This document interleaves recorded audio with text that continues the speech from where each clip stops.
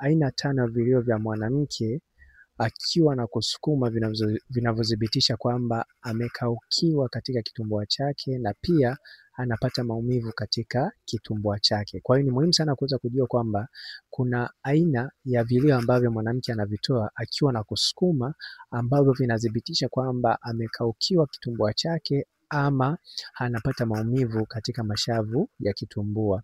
Aina ya kwanza ya kilio ni aina ya kilio ambacho mwanamke anakitoa akiwa na kusukuma akijaribu kujibana na miguu katika kitumbua chake. Hii ni mojawapo ya aina ya kilio ambacho kinathibitisha kwamba huyo mwanamke anakuwa anapata maumivu. Ukiona anajaribu kusukuma huku anabana miguu yake, ni kwamba anakuwa anapata maumivu. Na pia aina ya pili ni aina ya kilio ambacho mwanamke anakuwa anakusukuma akijaribu pia kukufinya ili uweze kutoka. Ni kwamba hii pia ni mojawapo ya aina ya kilio ambacho mwanamke anakitoa akiwa anadhihirisha kwamba anakuwa anapata maumivu. Na pia aina ya tatu ni aina ya kilio ambacho mwanamke anakuwa anakitoa huku akiwa anakusukuma akijaribu kukung'ata, yani hii ni kwamba anakuwa anapata maumivu ya kweli. Kwa hiyo ni mojawapo ya aina ya kilio ambacho kinathibitisha kwamba anakuwa anapata maumivu makali.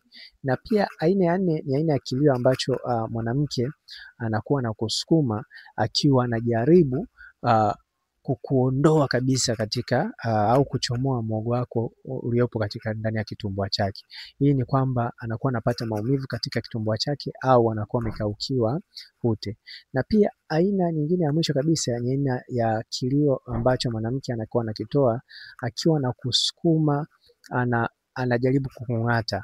Hii pia ni mojawapo ya aina ya kilio ambacho mwanamke akikitoa inayothibitisha kwamba anakuwa anapata maumivu makali katika kitumbua chake ama anakuwa anajisikia maumivu katika mashavu ya kitumbua unapokuwa unapampu.